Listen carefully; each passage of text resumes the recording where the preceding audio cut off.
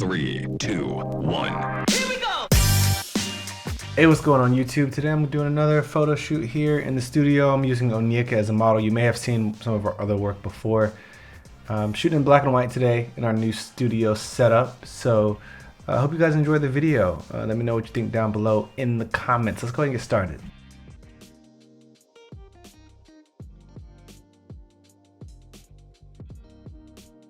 So one of the main things that we were focusing on in this photo shoot was trying to exhibit emotion into the photos by not necessarily doing really big poses and going from pose to pose, but drifting, all while creating emotion through the eyes with by telling a story in your head as you're flowing through poses. And so this is the result of a lot of these photos. I think that they came out a lot better than I actually intended.